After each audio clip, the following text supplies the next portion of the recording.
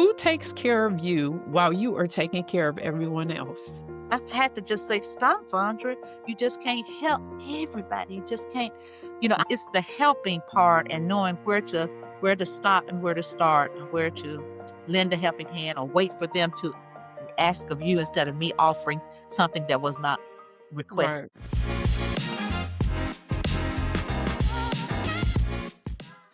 Who takes care of you while you are taking care of everyone else? Could the workout you're skipping today protect your brain 20 years from now? What happens when the woman everyone depends on becomes the caregiver too? She teaches college full-time and cares for her 90-year-old mother full-time. So where does she fit in on her own list?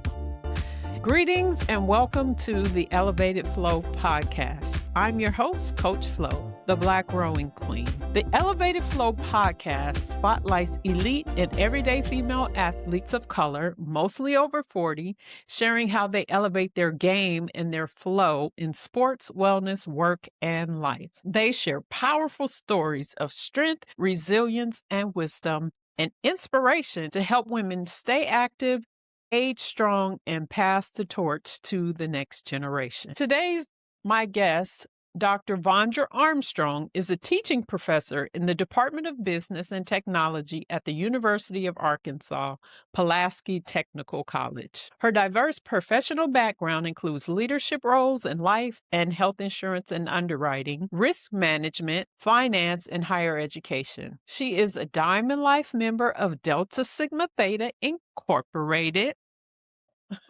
Inspired by her mother's remarkable resilience while living with Alzheimer's disease since 2016, Dr. Armstrong founded Angels Against Alzheimer's in 2022. As a full-time caregiver for her 90-year-old mother, she understands firsthand the challenges and rewards of caregiving. The nonprofit is dedicated to raising awareness, providing education, offering support, and fostering compassion for individuals living with Alzheimer's and related dementias, as well as the families and caregivers who walk alongside them. A lifelong learner and passionate advocate, Dr. Armstrong is a licensed life and health insurance agent, a certified Microsoft Office specialist, and has earned a certificate in diversity, equity, and inclusion from the University of South Florida Muma College of Business. Through her teaching, advocacy, and community service, she is committed to empowering others, promoting lifelong learning, and making a meaningful difference in the lives of individuals and families affected by Alzheimer's disease. Please help me welcome to the Elevated Flo Podcast, Dr. Vondra Armstrong. Hello. Such a pleasure to be here this afternoon. I am so happy that you agreed to come on and speak with us today. So Yeah. let's get right into it. Okay, I'm ready. All right, Dr. Vaughn, so you have led in insurance underwriting, risk management, finance, and now higher education. Yes. For the woman listening who has outgrown her career but is afraid to move, what told you it was time and what made you brave enough to take the action on it? So I, of course, just to think about when you go to college and you have these great dreams and so forth and so on. I started off as a computer science major at the age of 18 at a college. Girl, I couldn't program past basic. So I ended up saying, oh, no. So I moved right on into business and became a business major, majored in finance with a minor. And that's what I took forward, in my collegiate career. And then I got a master's in business administration from the same college. So that was my journey into business. And my Okay. professional job, I'm gonna say my first real professional job, because before then I was a bank teller to get through college, and then they hired me after I graduated as an accounting clerk. And so my first professional job, I was a life and health underwriter for quite a good Okay. while. I'm not gonna state the years because I want everybody to still think I'm about 35, 40. Okay. Yeah. So That's good. anyway, so I did that. I actually got headhunted into another city and state where I worked for another major corporate life and health insurance company. And I did that for several years. And then this trigger, I could look outside of the window of the major corporation. We were like on the 15th floor, and I could look down over at a 2-year college. And I was like, I might want to teach. And my mother was a lifelong, she was a retired, a teacher. My father was a pastor. So they were married for 55 years. But long story short, Wow. I applied to teach at that 2-year college. I didn't get it. So I just kind of started looking for little gigs, and I found a little course teaching senior citizens Windows, if you want to go back that far. Okay. Okay. So I did that, for however long they let me do it and so forth. And then to fast forward, I married. And from there, I went from teaching back into I'm going to say the government sector. And I'm saying all this to say that, I'm just open to new things. I haven't really ever allowed anything to really kind of restrict me. Okay. So That's good. typically most people stay in the pattern for which they're familiar.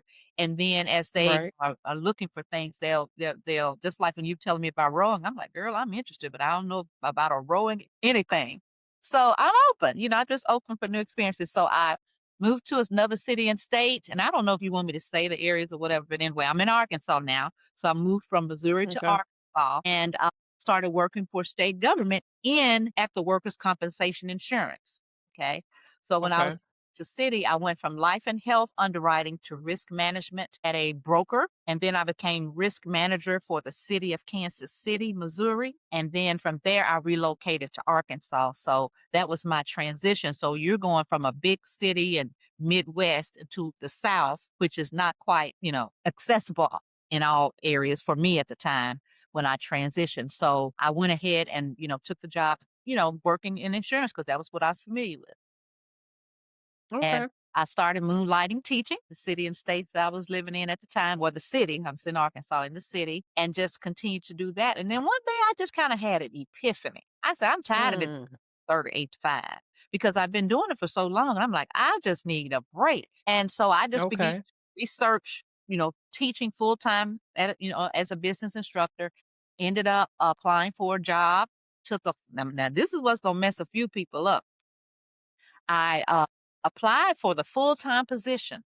Okay. Now I'm at government level. I'm at these grades and all of that. So, and agreed to take a $15,000 cut in pay.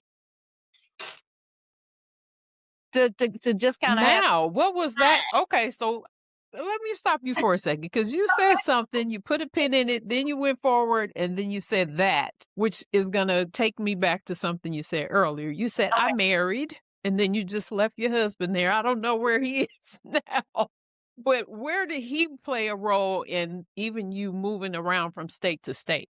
So we met in the state of Missouri. He was actually visiting his father. I was at church. And he went to church with his dad and saw me. Then his dad's wife, actually, they connected with me and said, hey, my son wants to meet you, da, da, da, da. I was like, okay, cool. Okay. So the son is in Arkansas. The dad is from Arkansas. Okay. And he was a coach at HBCU in Arkansas. And that's how we met. And then we, eventually married. Okay. But that gives you the marriage piece. I'm no longer married. But say that again. They give you the marriage piece. Okay, but were you married when you decide to leave Arkansas? Were you still married? Tricky question. The truth and the whole truth. That's for the truth. So help me God. And keep in mind, my father was a pastor, so I was raised right. Okay, so in order to not to shack, and I'm just going to keep it in the terms of vernacular we kind of talk. We were counseled to, get counseling and get married, so that when I did relocate to Arkansas, I could just go on in. Now, the wedding and all that kind of stuff was kind of delayed, just to ensure I was settled in and all of that. So that's kind of how that went. So some family secrets out now because everybody didn't know the story. Well, I wasn't trying to do that, but I was asking because you're like, oh, I'm open to things. And then you're like, I moved here, I moved there. I was like, wait, did he come with you? Usually we move for a man or whatever. So I was just wondering. This was during football season. So we moved at a little bit of a pace because he had to stay with his team and do practices and all that stuff. And I hadn't transitioned from my job yet because I'm looking for patient opportunities and all that kind of stuff. So that's kind of how it worked out.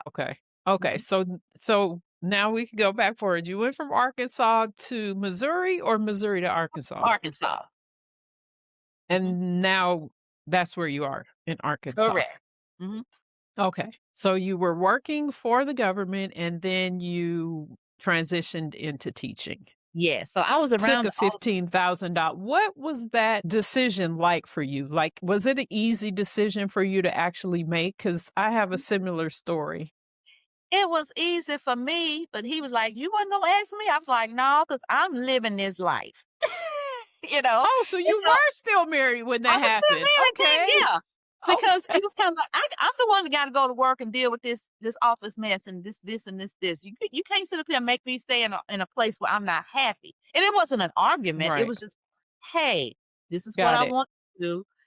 This is gonna give me peace of mind, Mm-hmm. and that's that. And so it was just a matter of just understanding perspective. Then you Right, know right, right.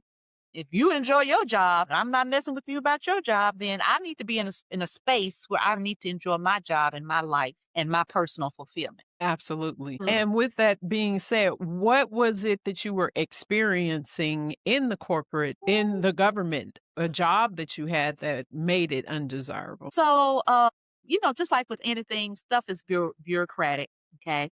And I Okay. just honestly, to be honest, I was not given the opportunity to really demonstrate what I could do to help contribute to to that division that I was in.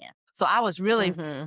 back, really wasn't given anything to do. If you could actually imagine coming to work every day and nobody giving you any work, nobody asked Mm. you to do anything, and the stuff that what you're being asked to do was menial. Okay. Right.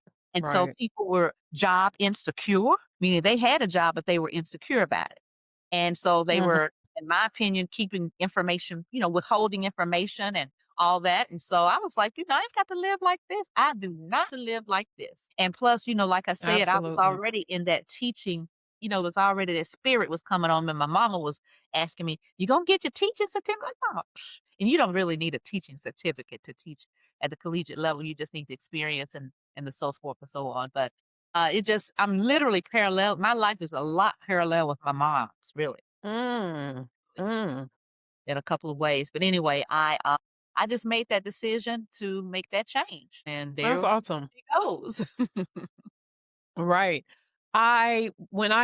Prior to getting into fitness and wellness, was foster care and adoption social worker for 11, 12 years. And I actually lost my job. And then I had the opportunity through the employment development department Mhm. with the Obama reemployment, what was it? Reemployment opportunity or something like that. Reemployment Act, that's what it was, Okay. to go back to school. And when I went to like the work source center or whatever, they were like, oh, well, I needed to find something in the field that I had my degree in and that was comparable to what I was already doing. And I was like, so when I said I was going to do fitness and wellness, that's the same thing. They said, that's a huge pay cut. And we kind of have to make sure that you understand that and justify us like saying approving you doing that. And I'm like, I know what I want. So that's why I was asking and said I had a similar experience. And Mhm. I just talked about this on a previous podcast where I loved what I did, but I'm very aware about how my environment so being that you're in an environment, I don't know if there were a lot of Black people that you work with or whatever, that's one of the things that we experience as Black I women was a lot of times only, is, you were the only. Yeah. but So I that happens. I knew people in the building, as I learned my way around, but I was the only in the department. Yes. Yeah, so that's unfortunate. And I think that that's where we are in a lot of spaces where, like you were saying, information withheld, not really being used to the fullest of our knowledge and ability. And, nobody wants to go to work and just not do anything. I have a friend that was just telling me the same thing. And it's like, no, I don't know if it's your idea that, oh, we just don't want to work. And well, you're still getting paid, but still, that's a waste of hours to be Mhm. sitting there not doing anything meaningful. Yeah. And I think we as Black women really feel passionate about having meaning in the things that we do, Mhm. So, Yeah. okay, so you took that $15,000 pay cut. And what were you teaching when you started? Oh, well, you said business, right? Yeah, just basic business courses, maybe one or two computer courses, and that's when the online movement started as well during that time. Mm. And actually, the person that I replaced, and this is where, for me, open to new experience, they had an online course. So they were like, hey, you're going to have to teach an online course. I'm like, bring it on. Show me, Right. you know. So I'm going to tell you this, the first semester, so I live by semester. So the first semester, I had classes on Monday, Wednesday, and Friday, 8, 9, 10, 11, whatever 5 classes were. And so I know the department chair, he felt bad, but they needed, that's one thing about, and I'll say this for anybody that wants to teach at the collegiate level, you got to take what they give you if you want to break into the industry. And so I was like, okay, all these courses are new, that we call them 5 preps. Of keep in mind, I didn't have, like previous access to the courses because I hadn't been teaching at that particular college. I was teaching at another. Mm. So everything was new that first semester. I mean, from the time I did prep, it was like, okay, Tuesdays and Thursdays, I gotta read, I gotta grade papers or do whatever. And then, then boom, I'm back in class on Wednesday. And then boom, I'm back in class on Friday. So that was the first semester. Then, we leveled it out the next semester because they were like, we know you are struggling. And I was like, you doggone right I am. So let's fix this schedule. So, I can have some room. And then the same for the students, how they schedule classes to make it easy for students to go from one class to another. So it worked out. It worked out. Okay. So Mhm. what was it like for you during that time, like leading yourself through that season and adjusting? I was ready for it because I was ready for change because I had done some Mm-hmm. previous teaching. I knew how to go into the classroom, keep introduce myself, keep the class going, engaging the students. And then over time with professional development opportunities, I learned other skills and so forth. So it was just me ready, Oh, that's good. to kind of step into this new season of life. So it wasn't an awkward experience. I had other colleagues and so forth and so on, but I was really in my own, if I can say it, my own entrepreneurial zone. Okay. Hmm. What Okay. I did as the instructor is what I did as the instructor. It wasn't like somebody sharing, okay, now you got to go in, you got to make sure you do this. Of course, I was given previous syllabi. I had a textbook, pulled together the aspects of the course and my expectations through the syllabi and so forth. Okay.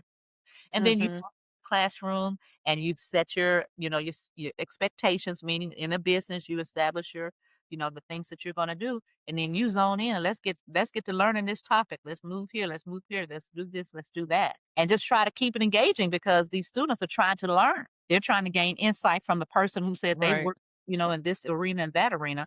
So I'm taking all of my work related experiences now and bringing them into the context of a real world, but yet in the classroom setting. Okay. Mhm. Okay. So what as far as like the support that you're giving, you said you got professional development and all that. What was your experience with your colleagues and did you feel supported in that at that particular college? And is that the same one you're still at?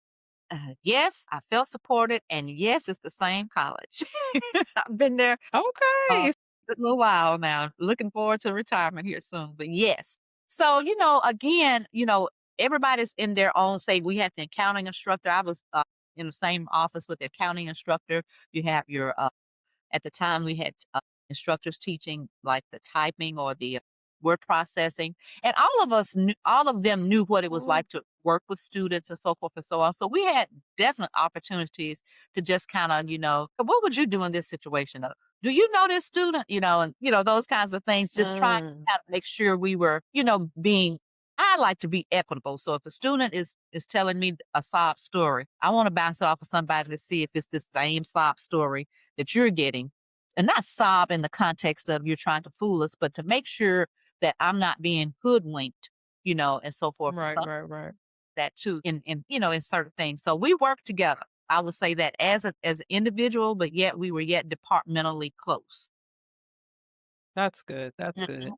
Well, Mhm. one of the things that we connected on, even though we found out long after, I mean, well, I shouldn't say long after, because we just met, what, it's been 2 weeks? In 2 weeks, We met yeah. at the podcast summit in Yeah. Atlanta Yes, we at the, what was that? It was like the pre-summit kickoff, yeah, get yeah. together, Mhm. training, whatever you want to call it.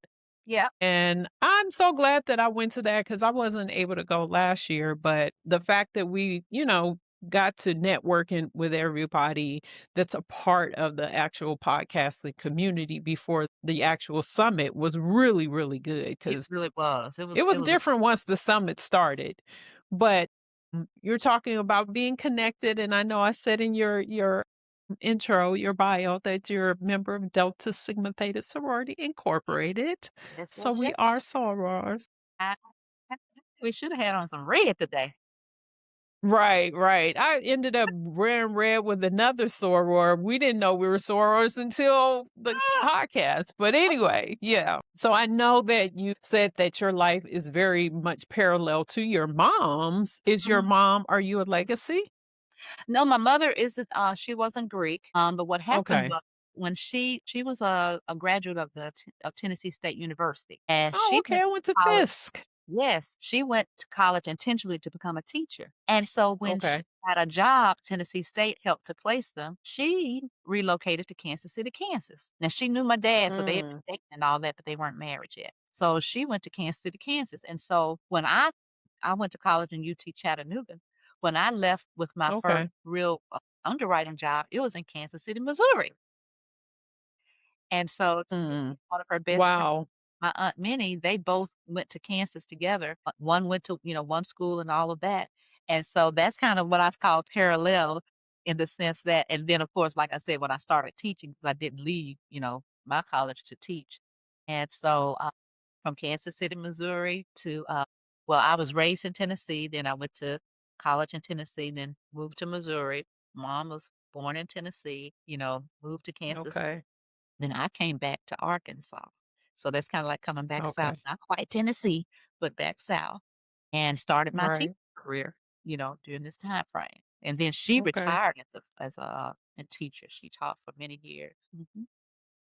I'm gonna So, retire. in speaking about your mom, you are a full-time caregiver. She's Yes. 90 years old. That is so Yes. amazing. Yes. And I also read that your Angels Against Alzheimer was born from because of your mother's experience. Take us back to the moment that you decided that your mother's story would become a mission instead of just a private struggle. Yes. So let's see. When I moved back to Arkansas, my parents were still in Memphis, Tennessee. So I'm 2 hours away. So let's incorporate that I'm a full-time long distance caregiver. Okay. So she has Okay. her caregiving team. Praise the Lord. She had enough sense to purchase long-term care insurance, which gives me the Mm, to be able to still live my life. She can still live that's her good. life. And I have just been used as her, and I have another sister. She lives on the East Coast, so she's not as close. But I've been able to utilize her long-term care insurance with the assistance of other caregivers to keep her home because that's something that I'd prefer for her and ensure that she's Yeah. cared for every day, 24/7. So what That is basic so awesome. as we were going or as I was going through this, I don't know where it came exactly like Angels Against Alzheimer's, but it just came into my spirit. I'm going to start a I was basically saying, I'm going to start a nonprofit called Angels Against Alzheimer. I'm going to start a nonprofit. So we started the journey with her Excuse me. officially in 2016. My father died October 28th, 2015. And we started her Mm, journey. See things kind of going on. And he saw things, but he was not as vocal. His illness took him quickly. And then we were then beginning our journey, my sister and I. When I say I, my sister and I beginning our journey into this process. So it was a great learning experience, but, we worked it together and we're still working it, through. And just kind of during this process, because I started the nonprofit in 2022, but, I'm talking, okay. we switched to that and say, I'm going to start a nonprofit called Angels Against Alzheimer's, and I kept saying it. And finally I said, Vondra, you need to stop talking and do it. And so that's kind of how it happened. And in the state of Arkansas, I can sit in front of a computer, identify what type of business I want, pay the fee, and it's on the books. Mm, Yep. okay. So what exactly? Because I love the shirts that you have. It's one of my Uh, favorite colors. But I think that's the color for Alzheimer's, right? yes, it is. Purple. Lavender purple, yes. Yeah. So what exactly is it, a support group, or what exactly does the nonprofit, what is the mission? So we are very much into our advocacy. the advocacy side. And I'm going to say caregivers are my heart right now. And I say that because I've encountered, due to the, how can I say it, the need to hire and identify caregivers that assist our mothers. What I saw, even with agencies, so I used to combine services of agency and independent caregivers. So what I Okay. saw was that even with the caregivers, and when you talk to them, caregivers are just treated like caregivers. They just are sent out through the agencies. They take care of these people that they're assigned, so forth and so on. And so with the Angels Against Alzheimer's, our mission statement is that we're an advocacy group that raises awareness, provides support, education, and compassion for people living with Alzheimer's and related illnesses and the people who care for them. Now, on the advocacy side, it's like for myself, I advocate for my mother every day for different things. Okay. From Okay. doctor's appointments to needing therapy when she needs it, all those kinds of things that, because she's not very verbal. She can say, talk with, Okay. she's not very verbal. And so I'm not allowing, or I won't say allowing, but I'm the daughter. So mom's caregivers Okay. to assist and care for her, but I am her advocate. And Got it. depending on the type of Alzheimer's that a person may have, they need to be represented. And I'll just use a quick example. During the COVID, Okay. after a period of time, now, we were striving to keep mama protected, and the caregivers were wearing their mask and she was wearing her mask, but she contracted COVID. And again, if she's a Okay. nonverbal Alzheimer's patient, then Mm. my sister and I are like, we need to be able to speak on her behalf. And because she was Right. isolated, everybody got isolated and all of that, then she has allergies. She's allergic to, Mm. different things. And so she can't say, honey, I can't eat no pork sausage because she's allergic to pork. So, when the hospital's just throwing food on the tray and they ain't.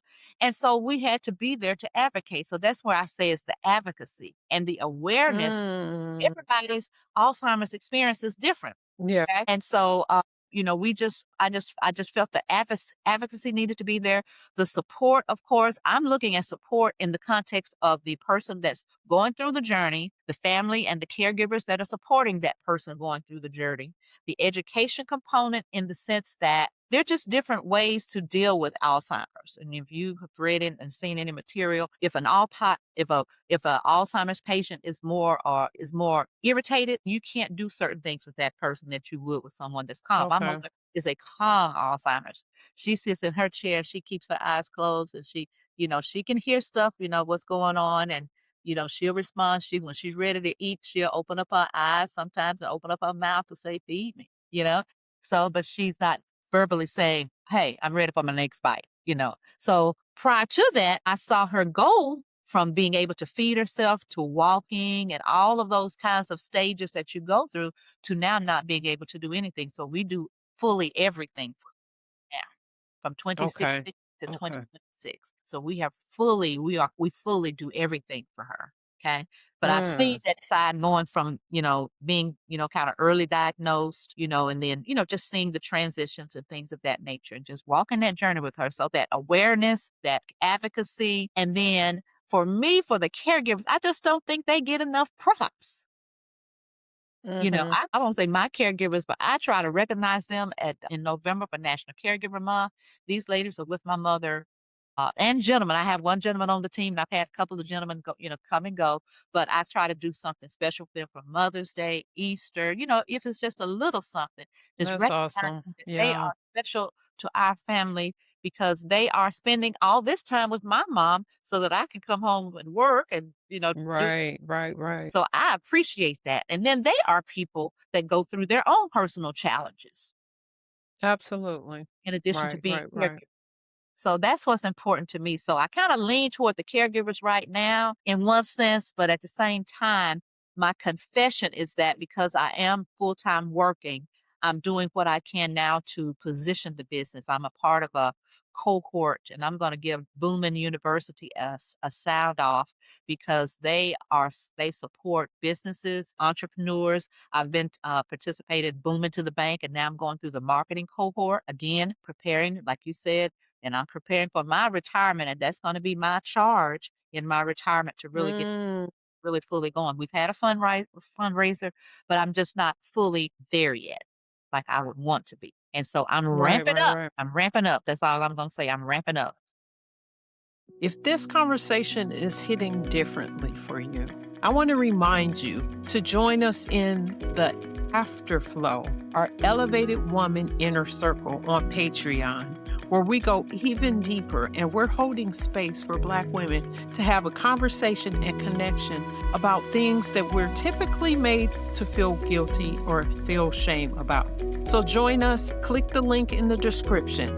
Now let's get back to the episode. Well, that's awesome because what it speaks to is community.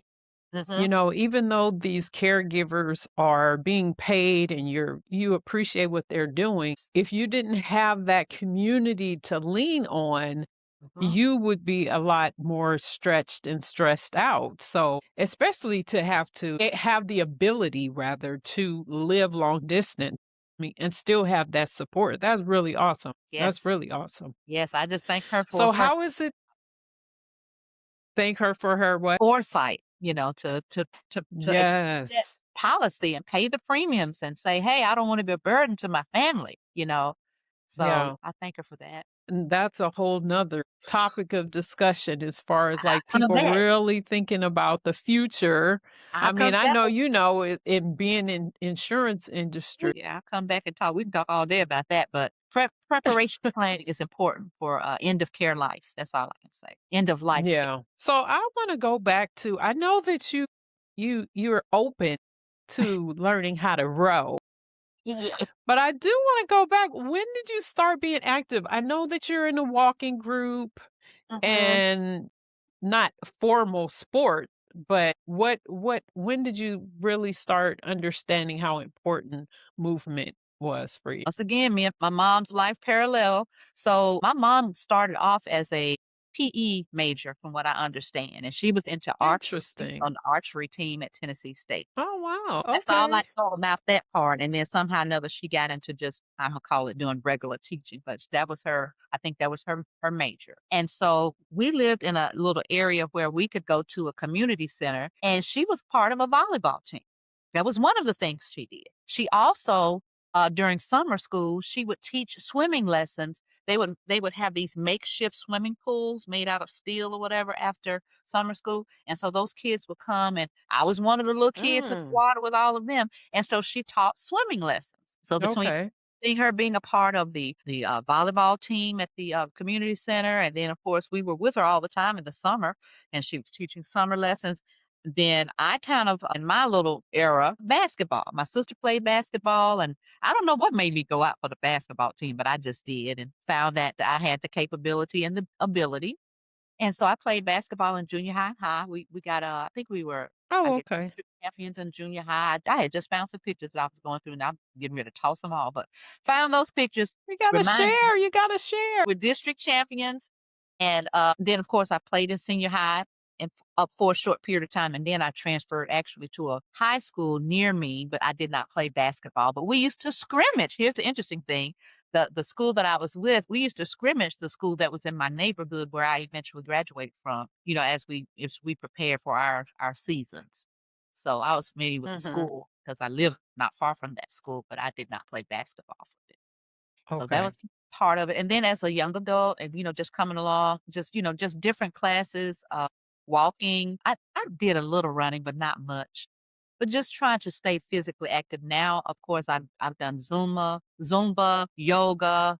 I wanna try Tai Chi. I wanna try rowing, but, I some love type of physical it. movement is important to me. Absolutely. And as far as you being active, what would you say is like, do you have a certain caregiving or workout routine? For me and I my didn't mean body caregiving. I meant self-care, self-care, for me workout and routine my body. and self-care. Okay. Yeah, not really nothing standard other than to challenge myself and to walk 15 minutes a day. That's been my goal. I don't even have equipment in my home. I have Okay. had neighborhood walking partners, and then I will just there's a local open park in my area, and I keep tennis shoes in my car, and I just will walk in different places. That's just kind of how I've just kind of chosen to do it because sometimes because of my caregiving, I'm gonna put that in there because the job is what the job is, but caregiving has me on a different alert. So Okay. I have to be able to move at a moment's notice if there's a cancellation or, a transition or something. And so I cannot always necessarily say it's going to be Monday, Wednesday at this time, while I would like for it to be. So I just have to grab the moments when I can, just like the other day. I just stepped out of my house and I have a cul-de-sac and I just walked about 10 or 15 times or, however many that 10-minute walk was just to get outside the house and make sure I get my walking in. Because everybody that knows anything about doing, staying moving is for our health, it's for our mental well-being, it does a lot of Right. things for us. So that's just how I'm choosing to work with it. But when I do have time, or like I said, if I've find time to go to a Tai Chi class. I'm a part of a little community center, and so forth. So I know the schedule, but it just depends on what my schedule is as it relates to being able to participate. And I saw my mother How once. would you Go ahead. No, Go I was just ahead? gonna saw my mother walking with friends and stuff. So, you kind of emulate what you see. If you have a parent or a loved one, you emulate what they do. So when she retired, she started walking, and I think that's Mm. what got her where she is today, really and truly. What would you say is the connection, if any, to brain health and possibly Alzheimer's and movement? I would say the connection is, and this is why I'm watching myself, if I can say that in the context, because when you do retire or when you do slow down, the brain, I think, and I think I've read some different things in different places. Your brain is so used to being active that when you do slow down, I think there's something that happens there that can possibly trigger the beginning of early onset dementia. And so Mm. I have an Uncle Leon, he was always doing word puzzles, okay? And Yeah. he's declining, he's older. Then I had another uncle, he did, puzzles himself, but he declined also. So I Mm. with, and I don't know if there's a real solution, you know what I mean, to it, but I think that if Yeah. we attentive, I think if we are intentional and if you have a history like I do it with my mother, and I believe I'm more genetically inclined than she is, but I'm not going to accept the fact that I'm going to get this mental challenge. I'm pushing away from that. And so I'm still not good at going to sleep like I should in bedtime, but I'm working on it. They say get plenty of rest, vitamin D. I'm just saying the typical things they say about Alzheimer's, and just trying to keep your mind going. And that's one of the things that Right. when I advocate for my mother, and sometimes some caregivers that are open and understand is that we've got to keep her moving. Mhm. Let's push her in the wheelchair. That's Let's good. her vitamin D That's good. because don't get comfortable sitting because your brain ain't doing nothing sitting. You know what Right. Right. Right. Right. just staying active and then if I could say finding a way to let your mind or your brain, change gradually. And I do have Mhm. think I have a neurology appointment coming up just to kind of tap into, what y'all seeing up there in the head, you know. So Yeah. that something there, let me see what I can do to get ahead of it. Aging is a process where you get forgetful and all of that. That's some of it. But then there's the other, deeper end that I'm Mhm. watching for myself. So when you ask that question, what is the connection? I think it's the exercise. I think it's the transition of life, going into another stage Mhm. of life and letting that brain kind of slow down at a better pace. Because you can just be teaching one day and then the next day you're home. And so that's a big drop. Right. Right. So, That's so interesting that you mentioned that because I think that we are not prepared enough for the different transitions in life. mhm, We see, like you said, you saw how your mother was working and then she retired and all of that. But so my goal is, one of the things is to pass the torch to the next generation. And I was just speaking with a young lady yesterday who is a rower and she just graduated from college and she's like, "Oh, I have a big girl's job now." And I asked her if she has a coach, and of course she does.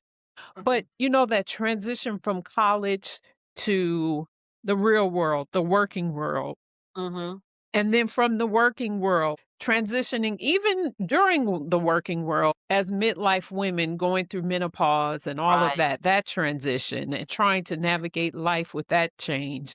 And Mhm, then retiring. It's like okay, everybody talks about retirement and looks forward to retirement, but I love what you said earlier is you're practicing retirement right now because Right. we just think, oh, we're going to stop working and life is going to be good after that. But Mhm. then it's like, no, we need to practice, but really understand that there is a transition and be intentional about what it is when we retire. Because, like you said, even with AI now, I was thinking what you said about, our brain health and not being active, learning new things. Really, really thinking about those neurotransmitters in the brain that you can still develop those things no matter how old you are. Right. And so learning new things that will help with that. And like you were saying, the vitamin D, all of these different things, it's like you got to stay active. But I don't think that we really prepare or understand the transition that happens with it. And Mhm. so I think that's important to share that with the next generation. And that's what I did with this young lady yesterday. It's like, if there's anything that I can do to help you in this journey because like I've been there, graduate from college and then it's all of a sudden it's like, oh, I'm working and and we're just active and all that and not really thinking like, oh, this is really different, Mhm. and really understanding how to embrace it and do it with care. Because I think what happens is we get in this mode of just working, working, working. And Mhm. then that's where that burnout and Mhm. resentment and stress and overwhelm, all of that takes place because we never really had like an adjustment period to it. Right.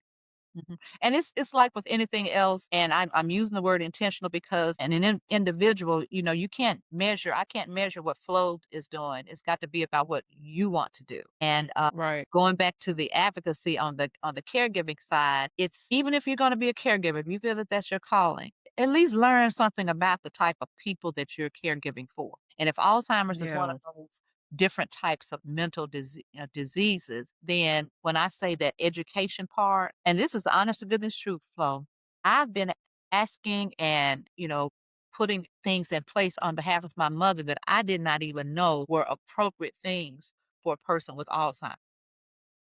You know, just Okay. and I'll just interject this: the majority of caregivers look like us Hmm. in the context of a ethnicity, and so I'm not surprised. because they often work for families that don't look like us, when they have Mm. get with the family that looks like us, they feel at home. And so I've had Mm. to work with don't feel at home with us, but at the same time, think about if this was your loved one, how would you want that person to live, day to day with the care? And so when I say education, just different things that, Mm. come in with the game plan, like, what would you do? I've got to work here and sit here with Miss Mary, because I was asking them to let her write, continue to let her write as long as she's willing to write. Continue to feed her as long as Mhm. you're willing and able to feed her. Don't feel like my job is to feed her. But if she can pick up the spoon and you just guide her hand up to her mouth and she's going to open it, let her do those things because we already know that that's going to be a decline anyway. Right.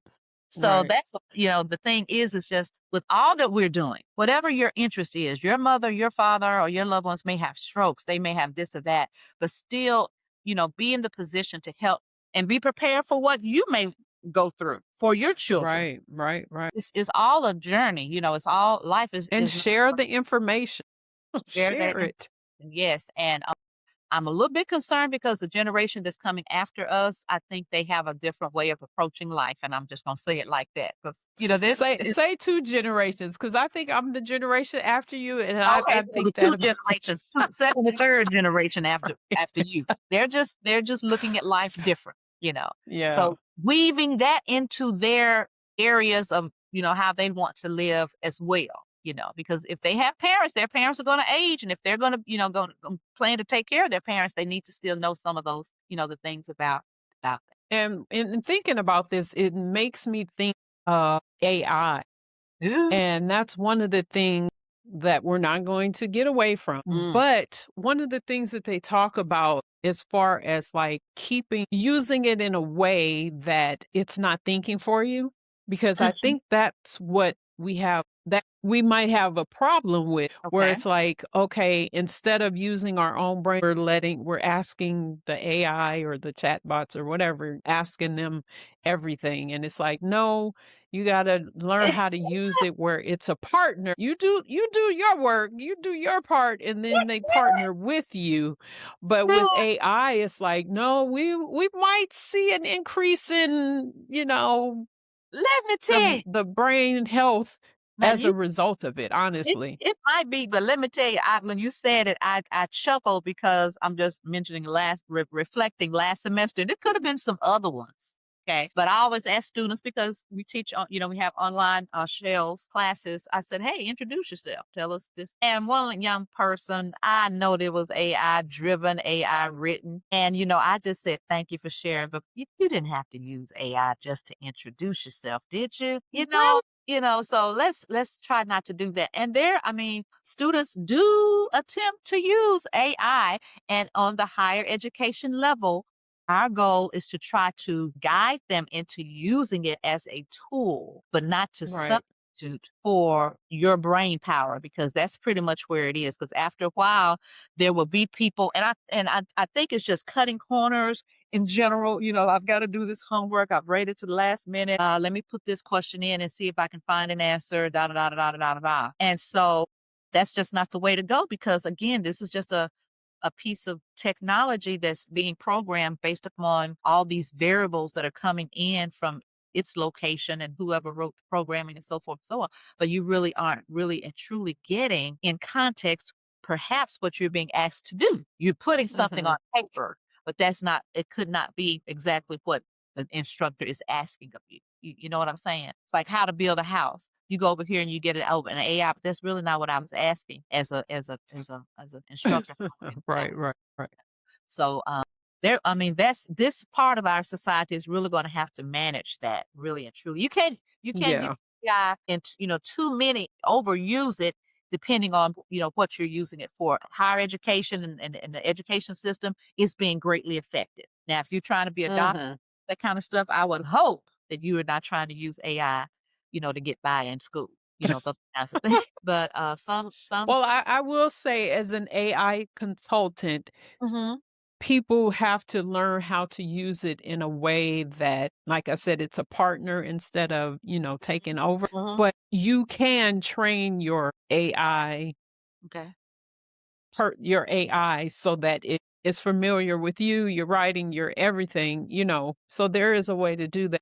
My goal is to help companies actually do that. But Awesome.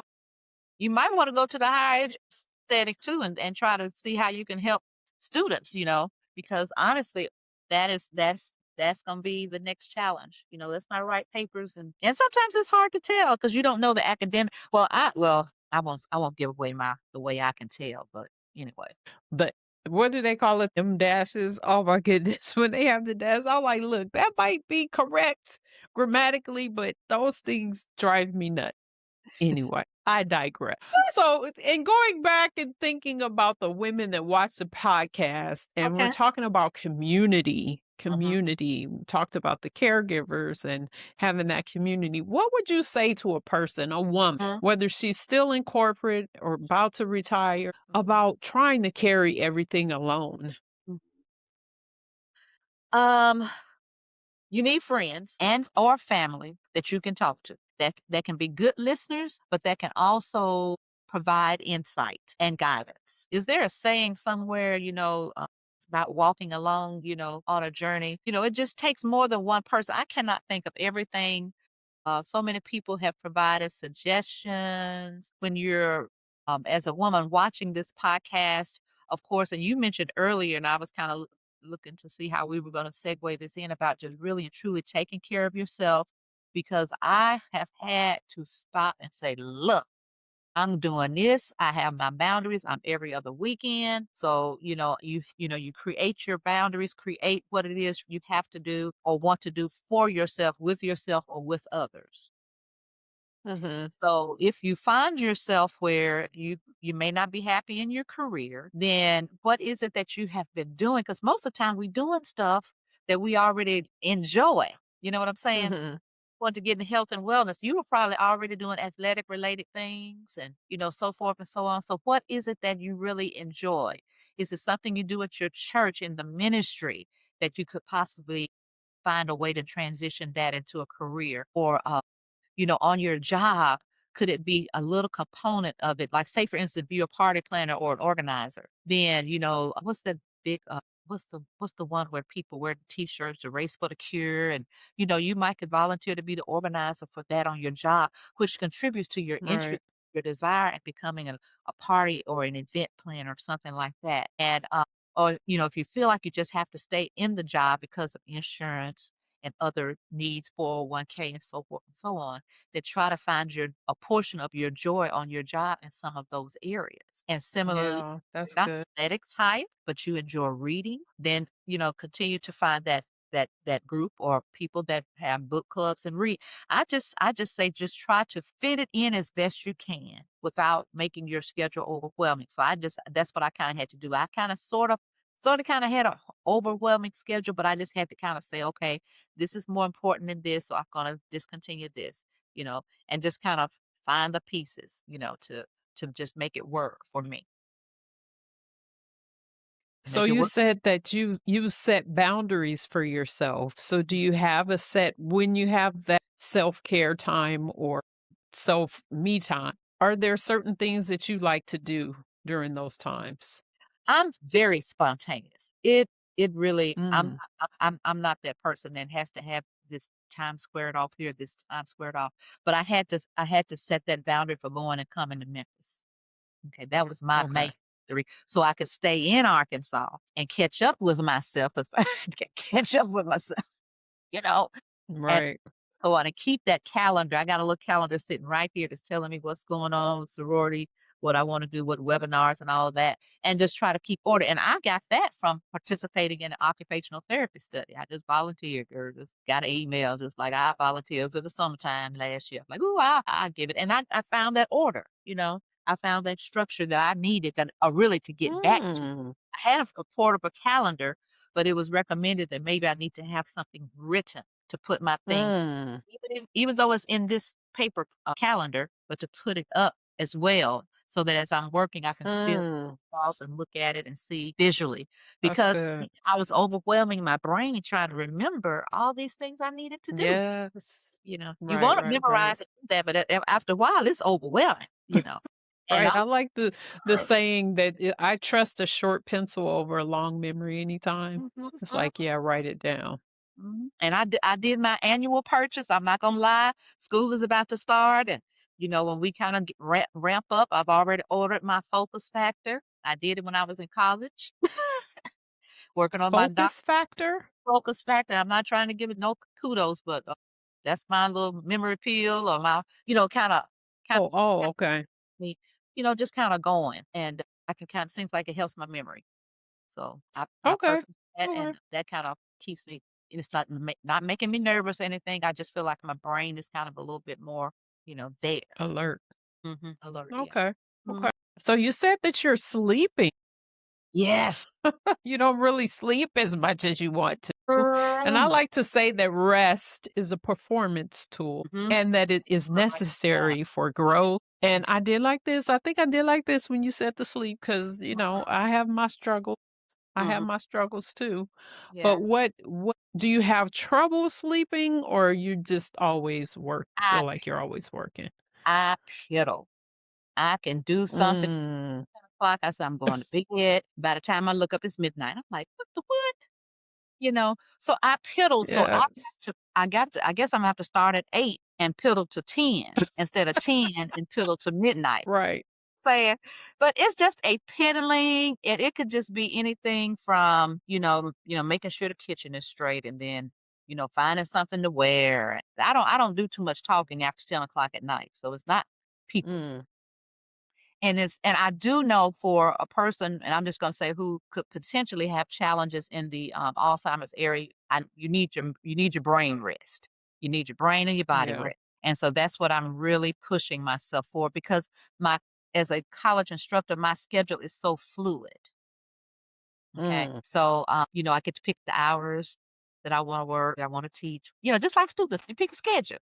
what days you want to work That's cool. and then your office hours. So, but it's just, and then I will say this, when I started working on my doctorate, of course, I'm carrying a full-time job. Okay. Got to come home and rest, got to come home and eat. So by the time I was really ready to focus on studies, it was 8 o'clock. And if you know anything about Mm, in any type of educational setting, you've got to write, you got to type, you got to research. So I know where that has come from. I'm trying now to right. undo it, Got it. and it's taken a while because my it is 2026. Oh, look.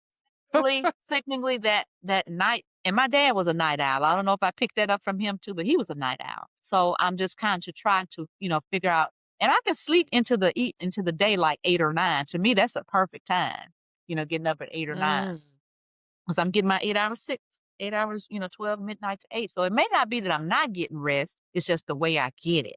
yeah. Yeah. Yeah. And I was also encouraged. Unfortunately. Mhm.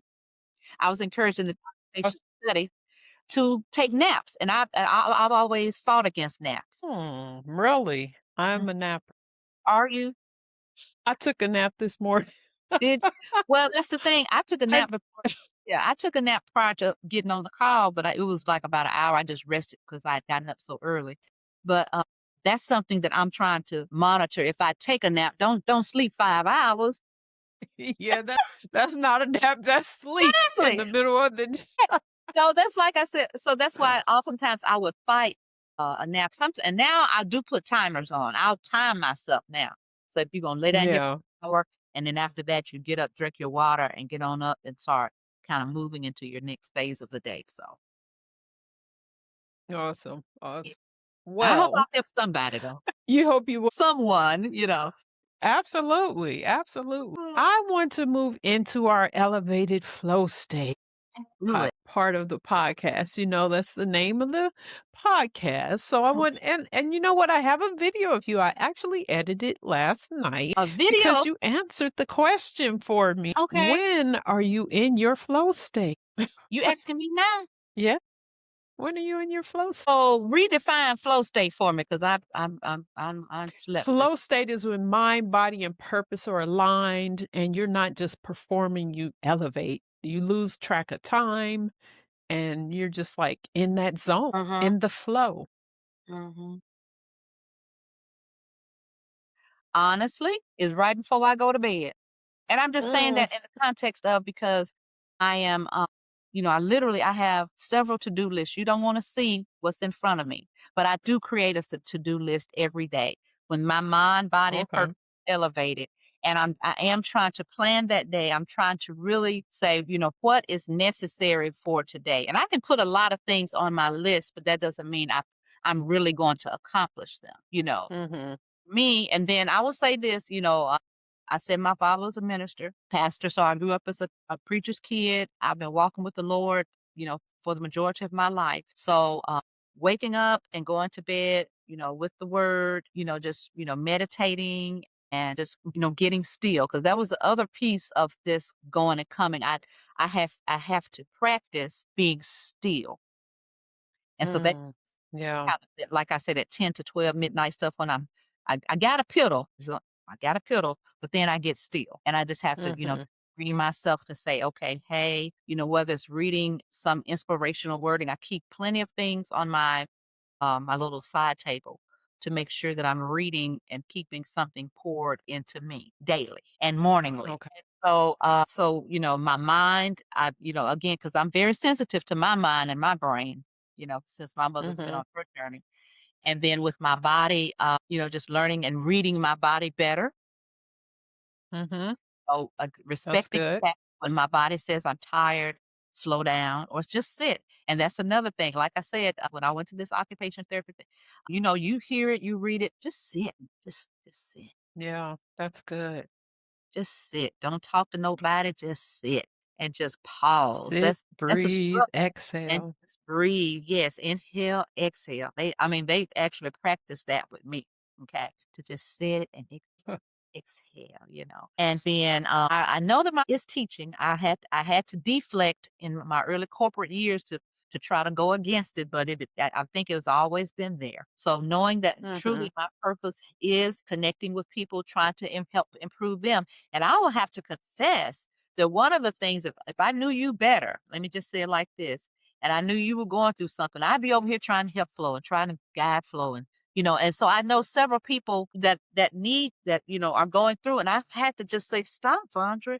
You just can't help everybody. You just can't, I was Right. emails and so forth like that, but it's the helping part and knowing where to stop and where to start and where to lend a helping hand or wait for them to ex, you know, ask of you instead of me offering something that was not requested. Right. So that's Right. and that's part of being a woman, I think in general, just, being supportive of people and so forth. And so my elevation, like I shared, I'm feeling more and more elevated. I say it every day. I'm looking forward to retirement. Somebody's hearing me say I'm looking forward to retiring in 2 years. So I'm so elevated right now. And like I said, I'm elevating with the nonprofit. I'm enjoying the journey with my mother. And one of the things that I am now being more intentional is spending more time with her. When I say that, when I am in Memphis, we FaceTime every evening. We have Oh, good. we sing a church song or some kind of song, and we say a prayer. So I'm definitely connected with her every evening, or during the day. I might just say, "Hey, let me I just speak love to mom." that. So I'm really trying to do that part to keep me elevated, just as a person, and to Yeah. just make sure, like I said, that I'm staying who I am and true to myself. Because if not, then I'm really not. I'm being an imposter. Yeah. So I'm really Yeah. trying That's not to good. be an imposter. I'm trying to be Vondra. I'm trying to be who I am Yeah. every moment, that I'm aware that I am. That's my goal. So that's how I elevate. Awesome. Awesome. Okay. Well, this last section is passing the torch. Now, you have such a vast background. Mhm. What is something that you can pass to the next generation? I know we talked about them a little and saying how different that they are, but with your background in finances, and you're talking about, your mom taking out that policy and not being a burden to the family, Right. just changing jobs and careers, being at peace with and happy on your job, what are some things that you feel like you can pass to the next generation with all of that background that you have? So I have been intentional with my mom's caregivers because they are my audience that I see most frequently, and also my students. But Okay. I've, asked them, how are you planning to care for yourself in the future? Are you planning to be a caregiver for the rest of your life?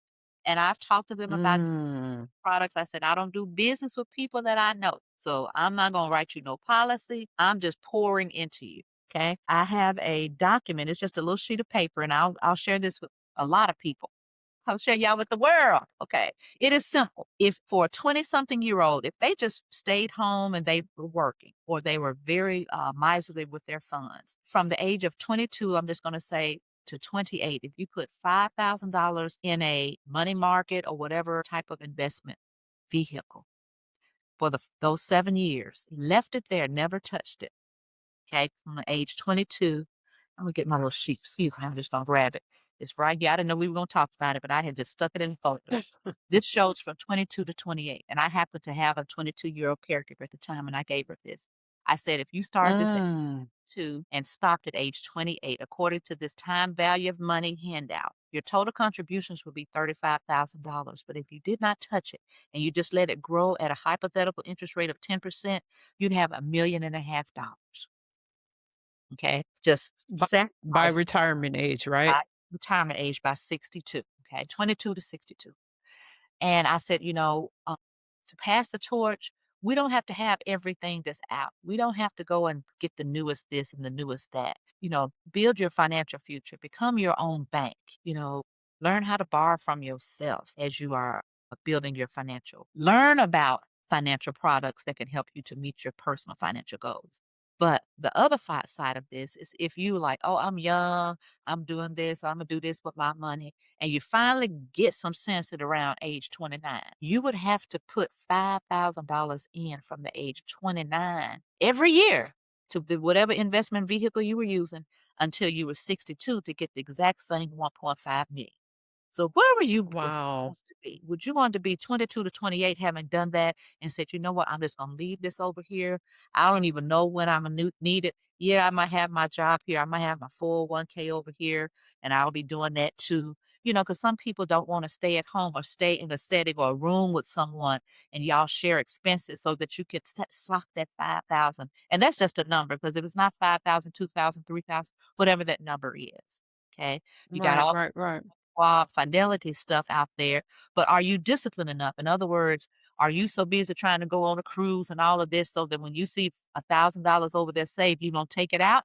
You know, in other words, where I'm trying to help people see is when I'm passing this torch, prepare for your future. Hmm. Don't let Yeah. your future Yeah. prepare you, because you won't be prepared for it. Okay. But money is kind of one of the key elements of living long, if God allows us to. Right. So we have to be financially prepared for that.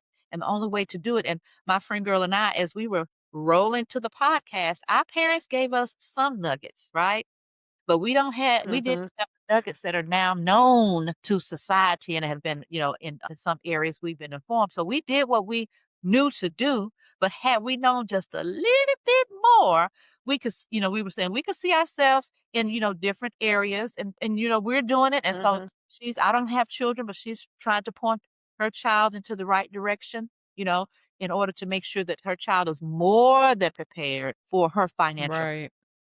so That's good. so the thing is, when I'm passing the torch, I'm using the finance component. Caregiving is just part of my journey due to my parents living longer and all of that. But the finance component and understanding the importance of getting started early. Start Yeah. Yeah. early. Start early. Those cutting the grass early. Whatever you're doing as a young child, and then maturing over. Young ladies, you're braiding hair, you're doing all of these things. You got a gift, Right. money in a way that it will benefit you. Okay. Don't try to keep up with the Joneses, because the Joneses gonna always be there. It's nothing better than having money when you need it and needing it and not having it. So Right. that's Right. my best, Absolutely. and just passing on wisdom when I can to the young ladies that I encounter. That's awesome. That's awesome. And that is very, very helpful. So thank you for that. Thank you for Well, that. thank you for allowing me to. Well, Sarah, it has been my pleasure speaking with you. And I know that my audience will glean a lot from this Well, episode. thank I thank you so much for sharing your story. And you. it truly is a blessing just to even have your mother around to see Yes, it 90. is. So that is amazing. Amazing. Well, Amazing. before we get out of here, I want you to share where the listeners can follow you, support Angels Against Alzheimer, and get more information if they like. So as I am building this nonprofit, currently, honestly, we do not have a website, but I am on Instagram under Dr. Vondra, and you'll see my little Angels Against Alzheimer's emblem.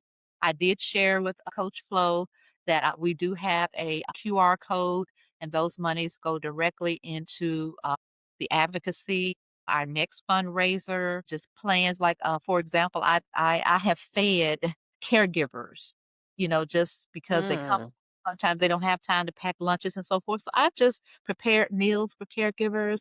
I've done different things for the children of caregivers. So it's really just passion for me to make sure that people are seen in their caregiving, right. because you That's can be good. home all day with a loved one and never get out the house. Right. So That's true. that's where my heart is. So Dr. Vondra, soon you may see some additional activity on Facebook and TikTok and so forth. So I'm embracing social media better. Coach Flo is Yeah. already there. Go girl, I'm gonna be like you one day. And so, but like I said, I'm putting things in order. But we're gonna be ramping up, and after a while, y'all gonna be like Angels Against Alzheimer's. Oh yeah, Angels Against Alzheimer's. We got a Awesome. we're working them. We are That's working. awesome. Awesome. Well, thank you. Thank you so much for speaking with us today. I truly appreciate you. Appreciate you. Well, And I everybody, appreciate until you. next time, Yes. say Yeah. that again. I said, I know we will be friends forever now. We'll be. Yes, of course. We're sisters. We're Yes. sisters. Yes. All right, everybody. Well, until next time, this is Coach Flo signing off. Remember to find your zone and elevate your flow.